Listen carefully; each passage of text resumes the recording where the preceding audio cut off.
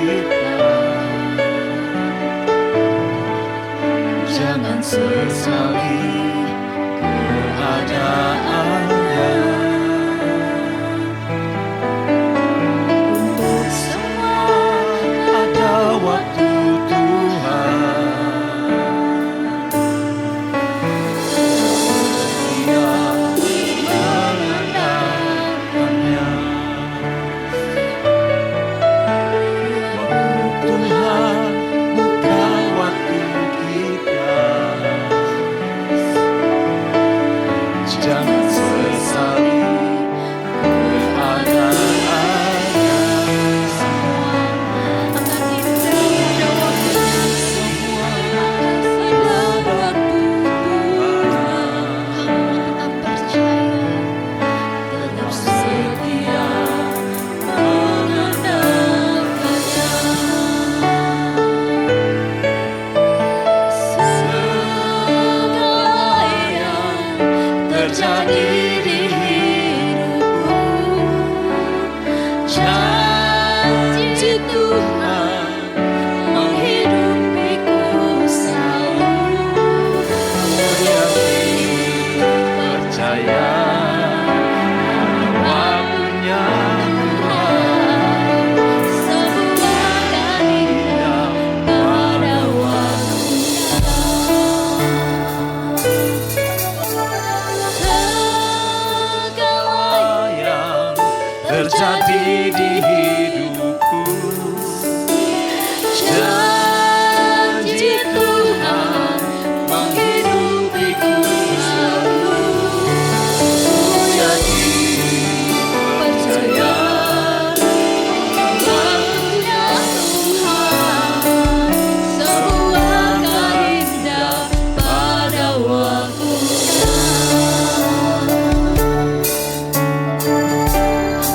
Percaya bersama Tuhan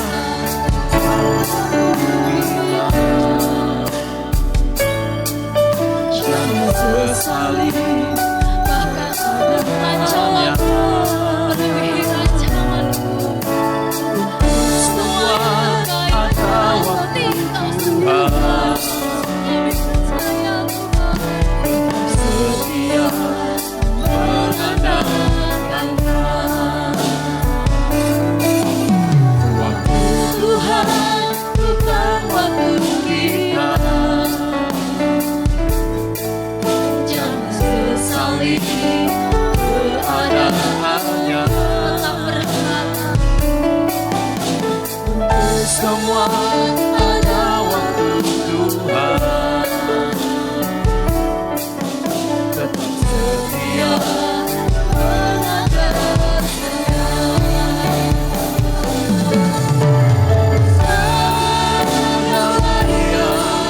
terjadi di hidupku, janji Tuhan menghidupiku selalu.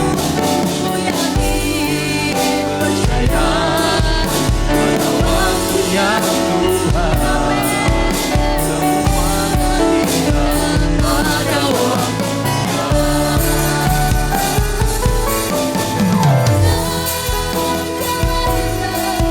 terjadi di hidupku. Janji Tuhan menghidupiku selalu.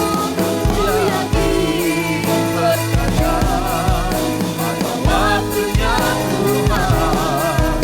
Semua akan indah pada waktunya. Bapak Ibu Saudara yang kasih Tuhan, kita percaya bahwa di dalam hidup kita ada waktu Tuhan, waktu yang terbaik yang diberikan Tuhan. Hari ini kita bersekutu di hadapan Tuhan, kita bersekutu dengan Dia, karena kita tahu bahwa Tuhanlah yang memampukan kita. Mari angkat hatimu di hadapan Tuhan. Haleluya. Haleluya.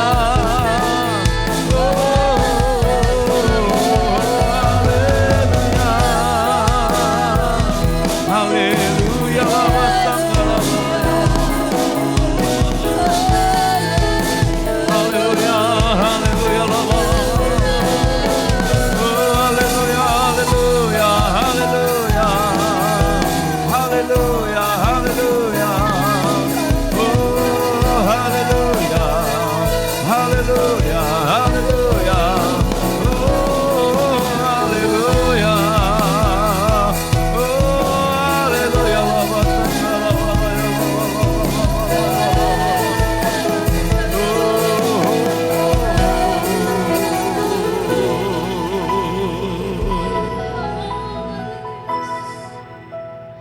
segala yang terjadi di hidupku, janji Tuhan, Janji Tuhan, Engkau yang menghidupiku selalu ya Tuhan. Karena kami yakin percaya kepada Engkau Tuhan. percaya Semua ada waktunya di dalam Engkau Tuhan. Semua akan indah pada waktunya. Sekali lagi katakan, segala yang terjadi di hidupku, oh janji Tuhan menghidupiku selalu. Ku yakin percaya ada waktunya Tuhan. Semua akan indah pada waktunya. Ku yakin percaya ada waktunya Tuhan. Semua akan indah pada waktunya.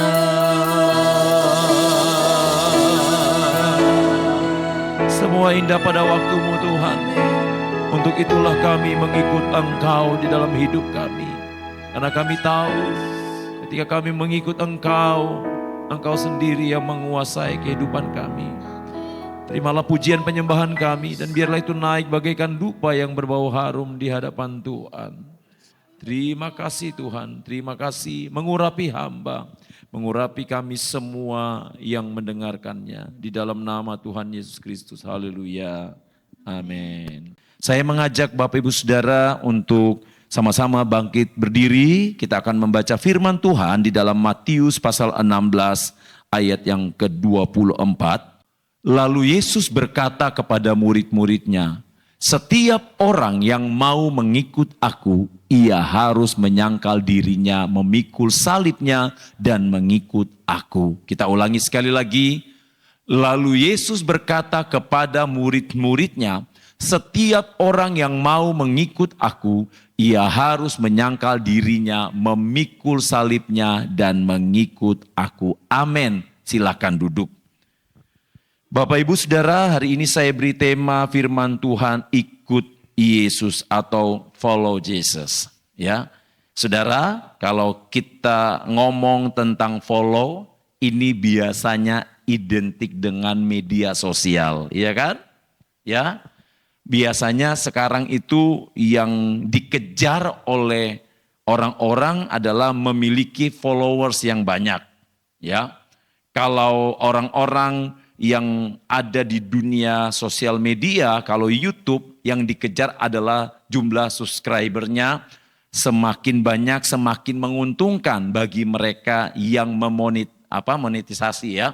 Nah Bapak Ibu Saudara, demikian juga dengan media sosial lainnya seperti Facebook, Instagram, TikTok dan lain sebagainya. Semua berlomba-lomba untuk mendapatkan followers yang banyak dan tidak sedikit dari orang-orang yang terjebak untuk ikut di dalam apa yang diberikan oleh orang-orang yang punya akun sosial itu. Namun Bapak Ibu Saudara, kalau kita melihat keadaan zaman ini, suka atau tidak suka, mau atau tidak mau, segala sesuatu terjadi begitu cepat. Bahkan teknologi sekarang sudah mendukung. Ya, kalau kita memperhatikan keadaan zaman sekarang, jauh lebih mudah orang-orang untuk mengelola segala hal yang bersangkutan dengan video. Ya, tetapi beda dibandingkan dengan zaman-zaman yang lampau. Tetapi pada akhirnya tujuan dari semuanya itu, kalau di zaman yang lampau memiliki banyak penonton, ya, kalau stasiun televisi mereka menghitung dari rating. Beda halnya dengan radio, mereka menghitung dari banyaknya jumlah pendengar. Nah, Bapak Ibu Saudara yang kasih di dalam Tuhan Yesus Kristus, bagaimana dengan kita yang mengatakan diri sebagai pengikut Yesus?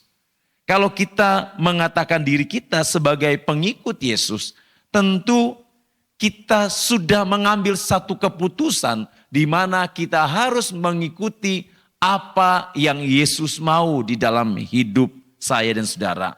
Saudara yang mengikuti media sosial, suka atau tidak suka, kalau saudara mengikuti akun-akun yang di dalam akun-akun itu membahas atau mengangkat satu pola pikir, suka atau tidak suka, saudara akan dibawa bagaimana saudara bisa mengikuti alur pikiran dari orang tersebut.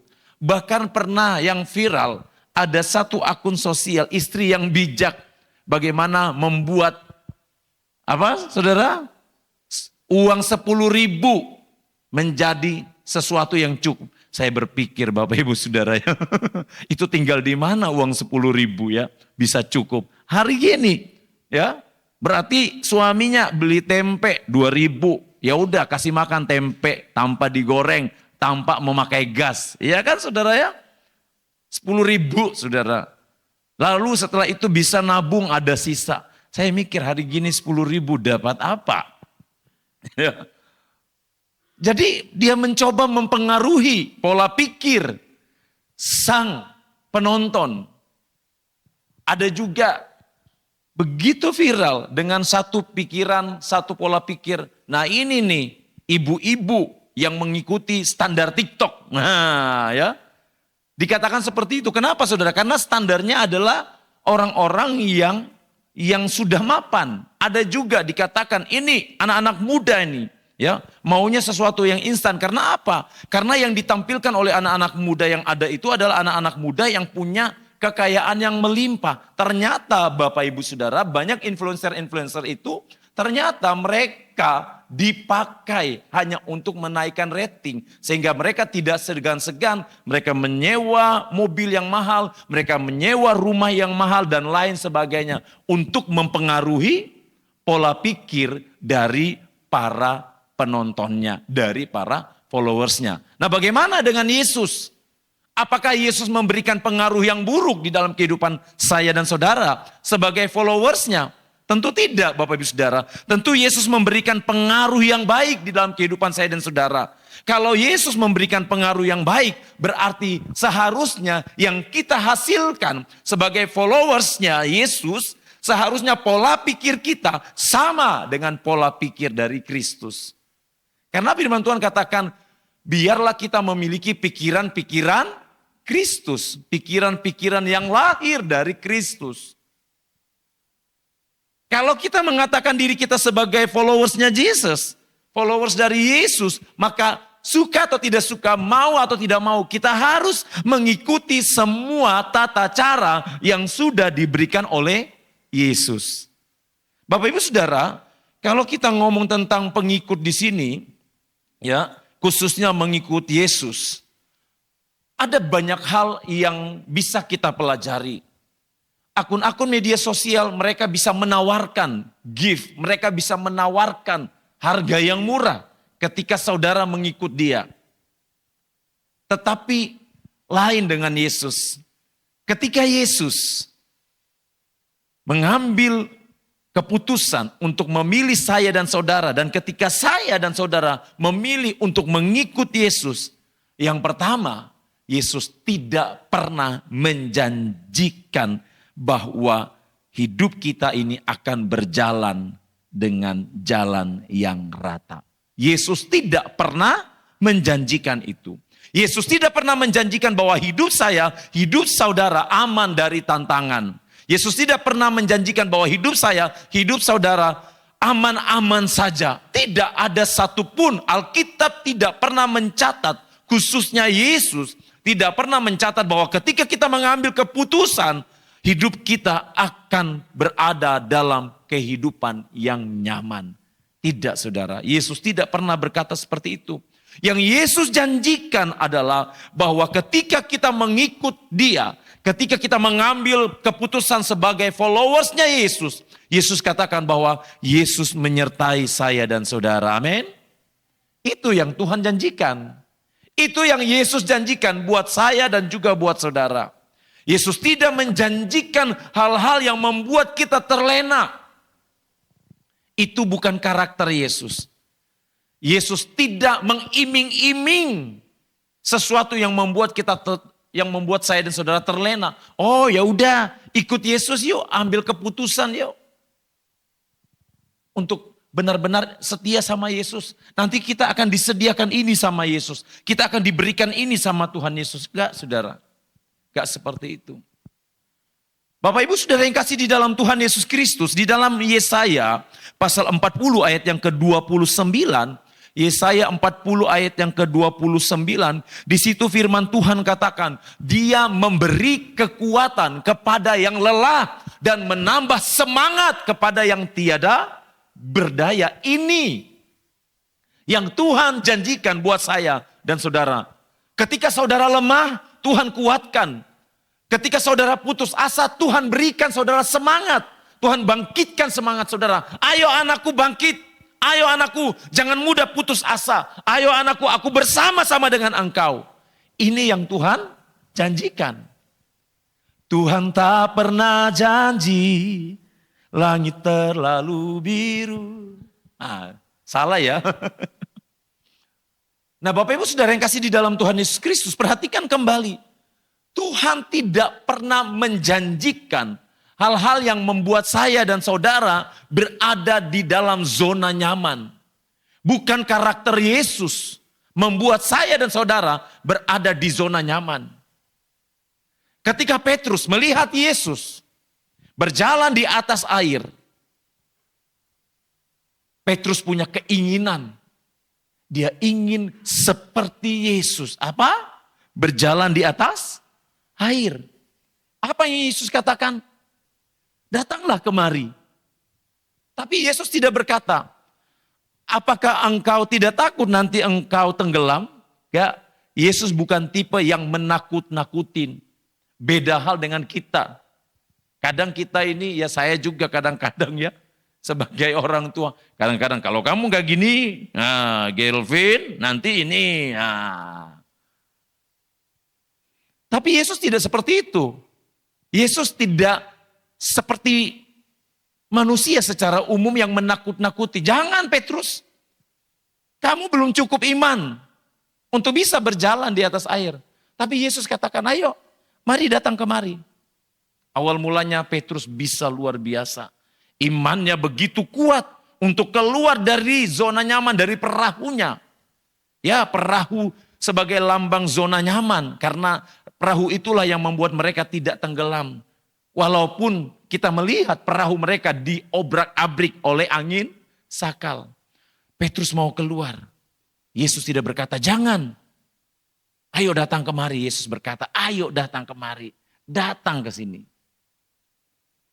Urusan Petrus akhirnya tenggelam dan ditolong oleh Yesus itu urusan belakang. Ya kan? Urusan lain. Tetapi Yesus katakan bahwa Dia selalu ada. Dia ada buat murid-murid. Kalau Yesus ada buat murid-murid, pada saat itu ketika angin sakal datang menyerang, maka Yesus juga ada buat saya dan saudara. Yesus tidak pernah mengatakan jangan lewat jalan itu. Ketika Yesus izinkan untuk kita melewati jalan itu, maka Tuhan katakan bahwa Dia yang akan menyertai kita. Yesaya 41 ayat yang ke-10. Janganlah takut sebab aku menyertai engkau. Janganlah bimbang sebab aku ini Allahmu. Aku akan meneguhkan, bahkan akan menolong engkau. Aku akan memegang engkau dengan tangan kananku yang membawa kemenangan. Saudara, ayat ini sudah sering kali saya bawakan di tempat ini. Dan hari ini saya sampaikan lagi kepada saudara. Karena saya percaya bahwa ayat ini memberikan kekuatan kepada saya. Dan juga memberikan kekuatan kepada saudara. Ini peneguhan dari janji Tuhan. Tuhan katakan, aku tidak pernah menjanjikan jalan yang rata. Tetapi aku mau berkata kepada engkau, hai anak-anakku, janganlah takut. Aku akan menyertai engkau. Di jalan apapun yang engkau lalui, aku akan menyertai engkau. Itu yang Tuhan janjikan. Itu yang Tuhan katakan. Janganlah bimbang, sebab aku ini Allahmu. Aku ini Allahmu. Engkau sudah mengambil keputusan untuk mengikut aku. Percayalah bahwa aku ini Allah yang mampu memberikan jaminan itu kepada engkau. Ini saudara. Jadi kalau kita mengambil keputusan untuk follow Yesus, untuk ikut Yesus, jangan kita ikut ya, tapi kita tidak percaya. Jangan kita ikut, tapi segala hal yang ada di dalam firman Tuhan, kita kurang meyakini. Jangan sampai ini terjadi di dalam kehidupan anak-anak Tuhan. Ketika Tuhan mengatakan itu, firman Tuhan katakan bahwa dia memberikan damai sejahtera buat saya dan saudara. Yohanes 14 ayat 27. Dalam Yohanes 14 ayat 27 dikatakan bahwa damai sejahteraku kutinggalkan bagimu. Damai sejahteraku kuberikan kepadamu. Dan apa yang kuberikan tidak seperti yang diberikan oleh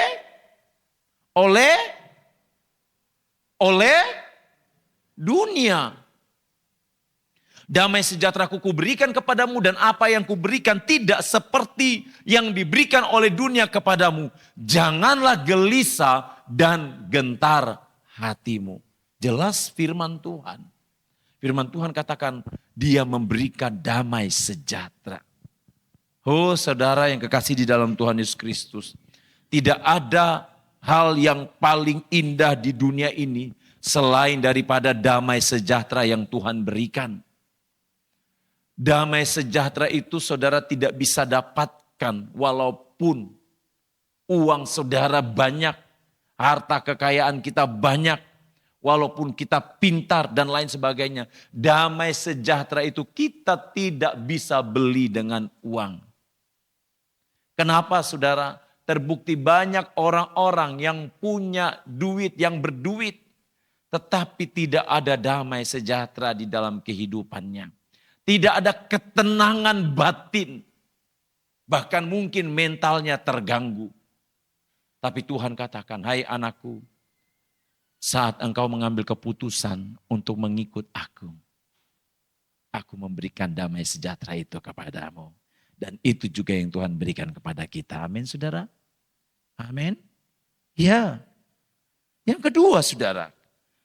Saat kita mengambil keputusan untuk mengikut Yesus, yang harus kita pahami bahwa Yesus memberikan jaminan keselamatan yang kekal di dalam kehidupan saya dan saudara.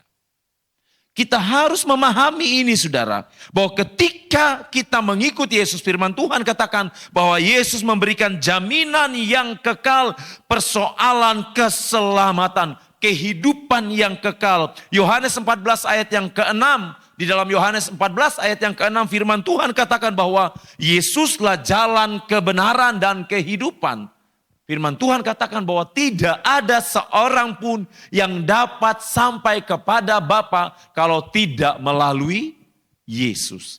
Ini sangat jelas Bapak Ibu Saudara. Firman Tuhan tekankan kepada saya dan saudara bahwa aku memberikan jaminan keselamatan yang kekal kepada engkau. Yang tidak dapat diberikan oleh dunia ini. Aku memberikannya kepada engkau ketika engkau mengambil keputusan untuk mengikut aku. Ketika engkau mengambil keputusan memfollow aku. Aku memberikan jaminan keselamatan itu kepada engkau. Dan itu engkau tidak akan dapatkan di dunia. Siapapun itu engkau tidak akan dapatkan. Itu yang Tuhan tekankan buat saya dan juga buat saudara. Jadi saudara kita harus pahami firman Tuhan ini. Kisah para Rasul 4 ayat yang ke-12. Firman Tuhan katakan, dan Keselamatan tidak ada di dalam siapapun. Keselamatan tidak ada di dalam siapapun juga selain di dalam Yesus. Sebab di bawah kolong langit tidak ada nama lain yang diberikan kepada manusia yang olehnya kita dapat diselamatkan. Tidak ada nama lain. Tidak ada nama lain. Firman Tuhan tegas katakan, jangan coba-coba mencari keselamatan lain di luar Yesus, engkau tidak akan mendapatkannya. Jangan coba-coba engkau berteriak mencari pertolongan di luar Yesus, engkau akan menyesal seumur hidup. Sekali lagi Bapak Ibu Saudara, saya mau beritahu kepada saudara, kalau engkau mengambil keputusan memang mengikut Yesus, percayalah sepenuhnya kepada Dia. Jelas sekali firman Tuhan menjamin, memberikan jaminan itu. Kenapa kita harus melari kepada dunia? Kenapa saat ada masalah kita harus lari kepada dunia? Kenapa kita tidak minta tolong kepada yang menciptakan kita? Saudara, kalau handphone saudara rusak, saudara pasti akan mencari ahlinya kan? Iya kan saudara? Kalau baterainya yang rusak, saudara pasti akan ganti baterainya. Saudara cari ke toko yang menjualnya. Kalau alat-alatnya rusak, saudara akan pergi ke servis. Kalau misalnya handphone saudara adalah handphone yang masuk kategori handphone dengan harga yang puluhan juta, di atas 10 juta, saudara pasti akan berhati-hati untuk memberikan kepercayaan kepada tukang servis. Iya kan saudara? Handphone saudara di atas 10 juta, masa saudara cari tukang servis yang tebak-tebakan? Kan gak mungkin. Mungkin saudara akan pergi atau datangi service centernya. Karena di situ saudara akan merasa aman. Demikian juga dengan kehidupan saya dan saudara. Kenapa kita harus berteriak kepada dunia? Sementara firman Tuhan katakan, aku memberikannya kepada engkau. Kenapa engkau lari kepada yang lain? Kenapa bukan aku yang menjadi sumber pertolonganmu? Kenapa bukan aku yang menjadi prioritasmu? Katanya engkau mengikut aku. Karena katanya engkau memfollow aku. Kenapa engkau datang kepada yang lain? Kenapa engkau masih follow yang lain? Kalau kita mengatakan kita follow Yesus di dalam hidup kita, buang follow yang lain, yaitu Allah-Allah asing, yang membuat kita tidak bisa bertumbuh secara iman di dalam Kristus. Mari Bapak Ibu Saudara, percayakan semuanya kepada Tuhan. Hanya di dalam Yesus ada jaminan yang pasti. Sekali lagi saya tekankan, hanya di dalam Kristus saudara mendapatkan jaminan yang pasti, bukan yang lain. Yohanes 10 ayat yang ke-28. Dan aku memberikan hidup yang kekal kepada mereka, dan mereka pasti tidak akan binasa sampai selama-lamanya, dan seorang pun tidak akan merebut mereka dari tanganku. Perhatikan firman Tuhan ini, firman Tuhan katakan, aku memberikan hidup yang kekal kepada mereka. Aku memberikan hidup yang kekal kepada saya dan kepada saudara. Itu yang Tuhan katakan. Dia memberikan kehidupan yang kekal. Kehidupan yang tidak akan binasa. Kehidupan yang tidak dapat diberikan oleh dunia ini. Kehidupan yang tidak dapat ditawarkan oleh dunia ini. Dialah satu-satunya sumber kekuatan kita. Namun Bapak Ibu Saudara yang kasih di dalam Tuhan Yesus Kristus, ikut Yesus. Ya, ikut Yesus. Kita harus mengerti bahwa ada hal-hal yang harus kita terima. Berdasarkan bacaan kita dalam Matius 16 ayat 24 ini, kita perhatikan bersama. Di sini saya mencatat, saya mau memberikan kepada saudara 3 hal di mana saat kita mengikut Yesus, maka yang harus disiapkan oleh umat Tuhan. Yang pertama, dia harus menyangkal diri. Ayat 24 lalu Yesus berkata kepada murid-muridnya, setiap orang yang mau mengikut aku, ia harus menyangkal diri. Bagaimana sih ini orang yang menyangkal diri? Menyangkal diri ini, yaitu sebenarnya kita ingin melakukan satu hal yang kita senang secara daging, tetapi itu tidak sesuai dengan firman Tuhan. itu menyangkal diri, saudara. Dan di dalam setiap kehidupan kita ini, kita akan diperhadapkan dengan dua pilihan. Kita mau mengikuti keinginan daging atau kita mau mengikuti keinginan roh. Sekali lagi, tidak ada area abu-abu di dalam Tuhan. Saudara mau mengikuti keinginan roh, ayo saudara lakukan keinginan roh itu. Tapi kalau saudara mau mengikuti keinginan daging, ya sudah. Keinginan roh itu tidak dapat berbuat apa-apa. Karena saudara lebih menuruti keinginan daging. Sekali lagi, pilihan ada di tangan saya dan saudara. Saudara perhatikan bagaimana Stefanus. Ia menyangkal dirinya. Ia memilih dirajam sampai ia mati. Saudara bisa lihat itu, saudara bisa baca dalam Kisah Para Rasul pasal yang ke-7. Dalam ayat 54 sampai ayat yang ke-60. Tentang Stefanus, bagaimana Stefanus memberitakan firman Tuhan. Dan pada akhirnya ia dirajam dengan batu sampai ia mati. Ia menyangkal dirinya. Sebenarnya bisa saja dia memilih untuk tidak memberitakan Kristus. Karena apa? Karena taruhannya nyawa. Saudara, mungkin ada hal-hal yang membuat saudara harus menyangkal diri. Kalau ada hal-hal itu saudara, ambil itu saudara. Ambil hal itu. Jangan lepaskan, jangan buang. Kalau memang Tuhan inginkan buat saya dan saudara untuk menyangkal diri, ambil itu.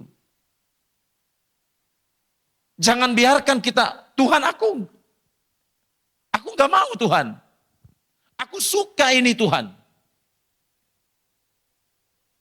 Tuhan hanya ingin melihat bagaimana saya dan saudara mengambil keputusan untuk siap menyangkal diri ketika kita memilih mengikut Dia. Yang kedua saudara, sebagai anak Tuhan, berdasarkan Matius 16 ayat 24 ini yang harus kita lakukan adalah bagaimana kita harus memikul salib kita. Saya, saudara punya salibnya masing-masing. Salib saya tidak sama dengan salib saudara. Salib saya A, mungkin salib saudara B. Tetapi satu hal yang mau saya sampaikan kepada saudara, bahwa memikul salib berarti kita melayani Tuhan. Memikul salib berarti kita ikut bersama dalam penderitaan Kristus. Kita ikut merasakan apa yang Kristus rasakan. Itu memikul salib. Makanya ada lagu, ku mau sepertimu Yesus. Hey, ku mau sepertimu Yesus. Oke, kamu mau seperti aku? Itu yang menjadi pertanyaan. Berarti kamu harus merelakan dirimu ketika engkau dicaci maki, engkau tidak membalasnya. Ketika engkau difitnah, engkau diam tidak membalasnya. Ketika engkau dijatuhkan, engkau diam, engkau tidak perlu membalasnya. Kan kamu bilang mau menjadi seperti Yesus. Tidak semudah membalikan telapak tangan saudara. Tetapi itu bentuk pengorbanan. Yesus rela mengorbankan dirinya demi saya dan saudara. Dan Yesus mau mengajak saya dan saudara untuk ikut merasakan. Firman Tuhan katakan, pikullah kuk yang kupasang.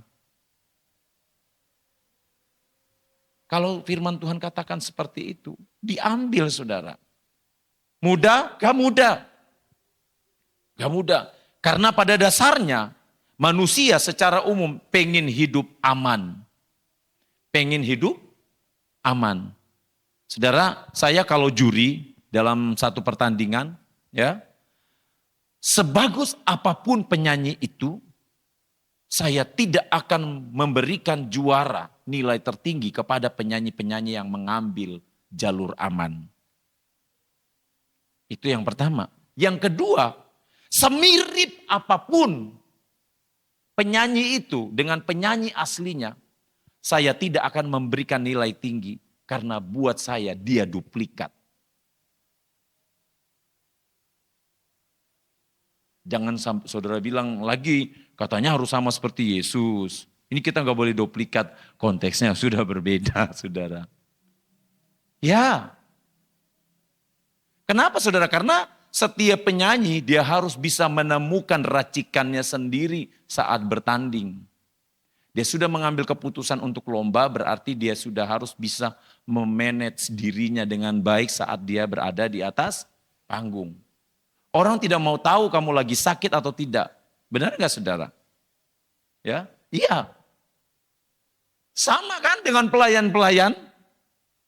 Iya kan? Sama.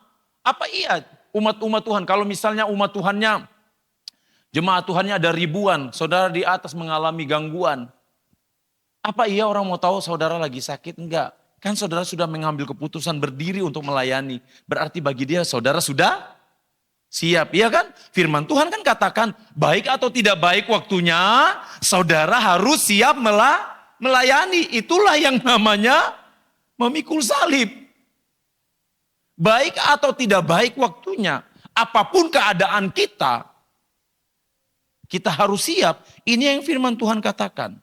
Dan mengikuti Yesus, yang ketiga Bapak Ibu Saudara, mengikuti Yesus berarti kita harus mengikuti, melayani dengan cara Yesus melayani. Ini yang ketiga saudara. Mengikuti Yesus berarti ketika kita melayani, kita harus melayani dengan cara Yesus melayani.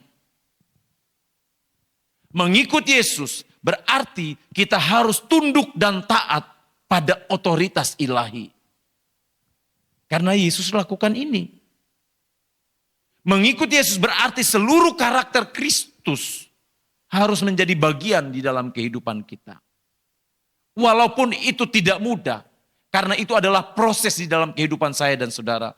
Tetapi suka atau tidak suka, sebagai pengikut Kristus, kita harus mengambil keputusan untuk melakukan segala sesuatunya dengan benar sesuai dengan karakter Kristus. Karakter Kristus ini, saudara yang kasih di dalam Tuhan Yesus Kristus ini tidak mudah, saudara. Apa yang Yesus tonjolkan di dalam kitab suci, ini adalah benar-benar satu contoh. Yesus ini role model, saudara. Semua mata tertuju kepada Yesus.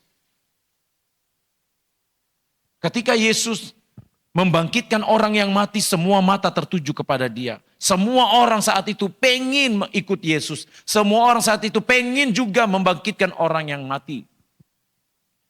Ketika Yesus mencelikan mata yang buta, semua orang ikut dia.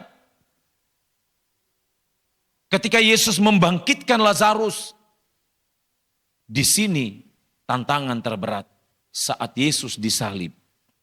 Orang-orang pengen melihat, mampukah Yesus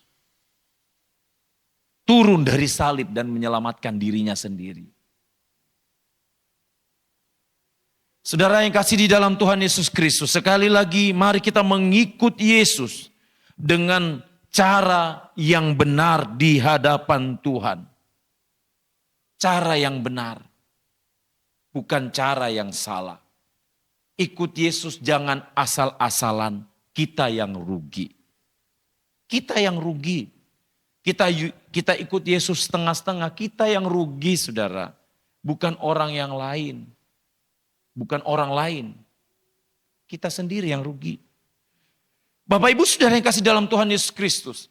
Ketika saya dan saudara mengambil keputusan untuk mengikuti Yesus, itu berarti apa saudara? Kita menjadikan Tuhan sebagai mitra kita di dalam kehidupan kita sehari-hari. Rekan kita, teman kita, sahabat kita di dalam menjalani kehidupan kita setiap hari.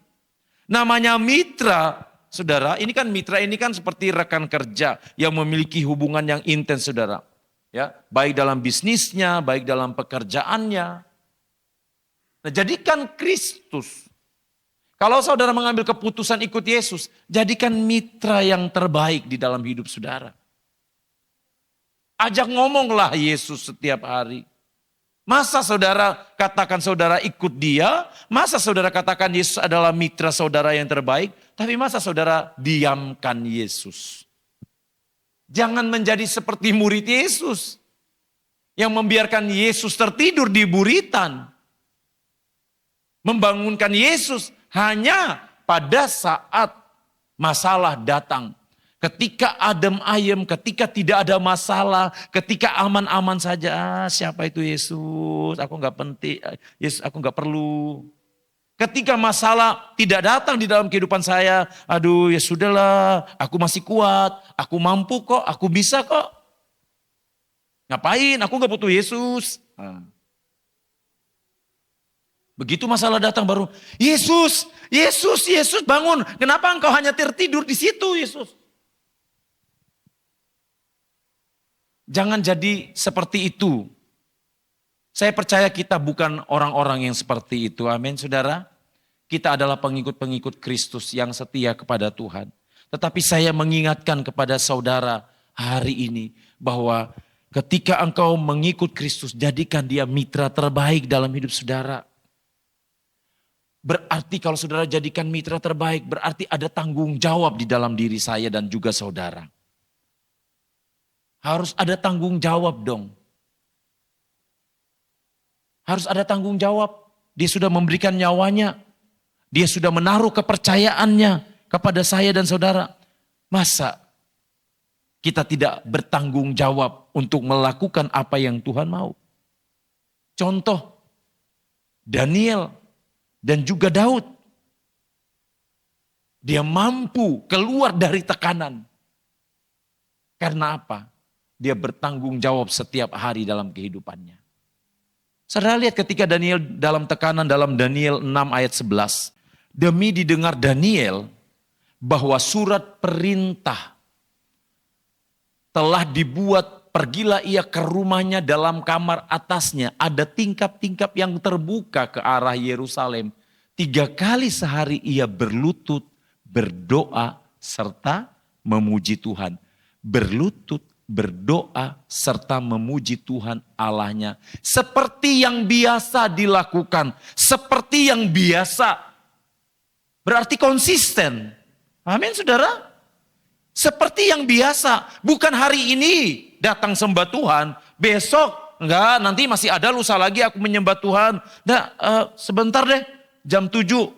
Masih ngantuk nih. Sebentar deh, masih ngantuk. Jam 9. Akhirnya kebablasan. Bapak Ibu saudara yang kasih di dalam Tuhan Yesus Kristus. Daniel kuat. Daniel bisa melewati semuanya. Karena apa? Daniel konsisten dengan Tuhan. Daniel sepakat dengan Tuhan. Hidupnya sepakat. Gak setengah-setengah saudara. Berdoa serta memuji Allah seperti yang biasa dilakukan. Artinya Daniel menjadikan doa adalah gaya hidup. Apa gaya hidup saudara hari-hari ini? Gaya hidup saudara akan membuat saudara terlihat ketika masalah datang dalam hidup saudara.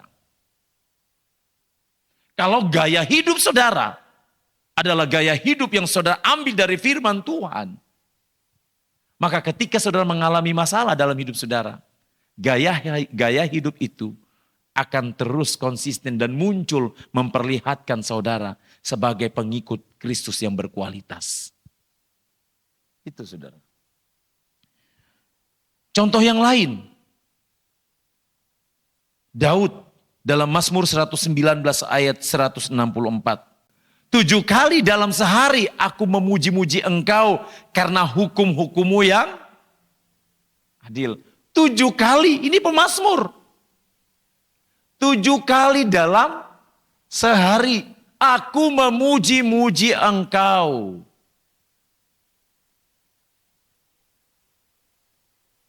Saudara berapa kali sehari? Saudara yang jawab. Ada 1 jam? Ada 2 jam? Ada 3 jam? Saudara yang tahu. Berapa kali setiap kali saudara bersekutu? Apakah ketika saudara bangun tidur, terima kasih Tuhan untuk nafas hidup yang baru. Dalam nama Tuhan Yesus, amin. Sudah? Atau saudara ada waktu untuk menyembah Tuhan? Berapa kali saudara membangun hubungan yang intim dengan Tuhan? Halo, saya dan saudara harus punya kehidupan yang lebih dari yang lain. Karena itu yang akan membawa kita semakin kuat di dalam Tuhan. Menghadapi kondisi dunia seperti ini, ke depannya kita nggak tahu. Saya tidak pernah tahu, saudara juga tidak akan tahu. Tapi saya hanya berpesan kepada saudara, kalau ikut Yesus, bangunlah kualitas kehidupan kerohanian saudara yang baik di hadapan Tuhan. Maka engkau akan menerima kekuatan. Taruh kepercayaan saudara secara penuh kepada Kristus. Taruh, bawa itu ke mezbah Tuhan setiap hari. Biarkan Tuhan menuntun kehidupan saya dan saudara setiap hari menjadi pribadi-pribadi yang berkualitas. Tuhan memberkati. Haleluya, haleluya, haleluya, haleluya. Haleluya, haleluya. Haleluya.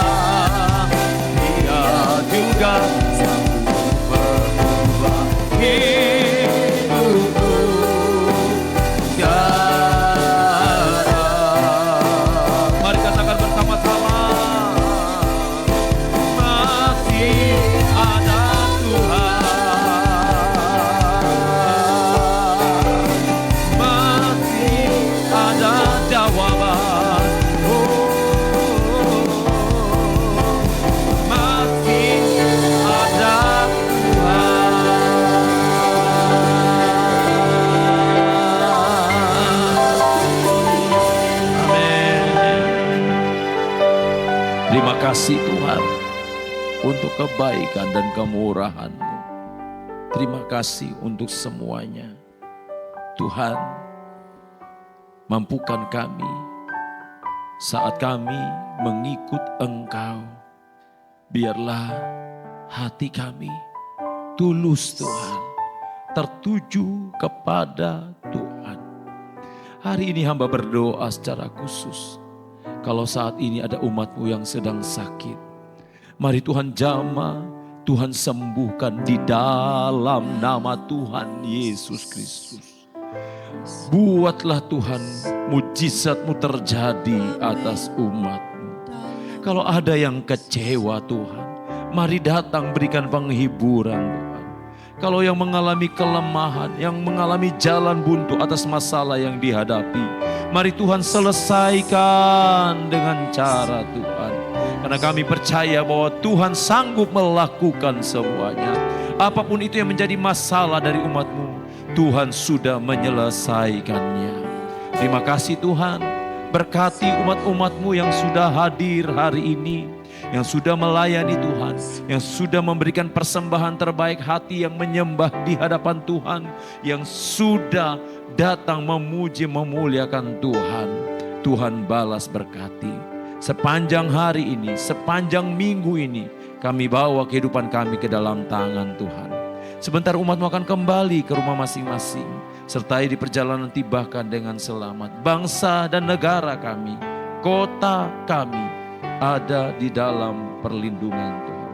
Mari Bapak Ibu Saudara angkat tangan-Mu dan terimalah berkat Tuhan. Tuhan melindungi engkau. Tuhan menghadapkan wajahnya kepada engkau dan memberi engkau damai sejahtera. Pulang dengan membawa kekuatan kuat kuasa Allah yang khusus, yang tidak terbatas. Di dalam nama Tuhan Yesus Kristus. Sama-sama kita yang percaya katakan amin.